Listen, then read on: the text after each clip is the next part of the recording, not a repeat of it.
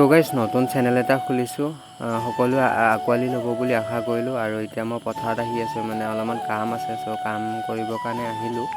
তো সেয়া মানুহবিলাকো আহি আছে মানে ধুনীয়াকৈ কাম কৰিবৰ কাৰণে। আৰু এয়া আছে আপোনাৰ কিমান জংঘলৰ মাজত কাম কৰিবলৈ আহিছোঁ।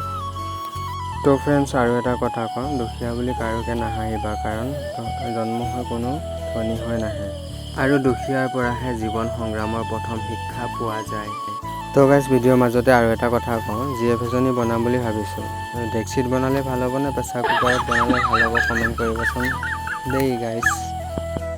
তো আৰু ময়ো ধেমালি কৰি পুখুৰী পাই গ'লোহি। ইয়াতে মানে কাম কৰিম আমি, ঢেৰ মানুহ আছে লগতে, গোটেইখিনি মিলি কেনে কামটো কৰিম। আৰু পুখুৰীটো বহুত ডাঙৰ, আৰু মানে যিমান ডাঙৰ পুখুৰী সিমানে বহুত জোখো আছে। তো ফাইনেলি পাই গ'লোহি আৰু পুখুৰীটো। আৰু মই য'ত কাম কৰিব আহিছোঁ তাৰ ভিউটো চোৱা, কি ধুনীয়া সেউজীয়া আৰু কি ধুনীয়া লাগিছে। মানে আবেলি টাইম হ'লেও ধুনীয়া লাগিছে আৰু বহুত ধুনীয়া।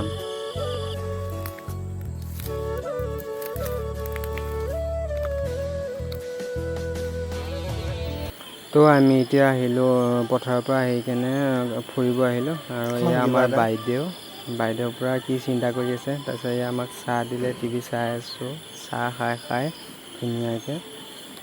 বাইদেউ আজি বহুত চিন্তা। আৰু এইজন মই।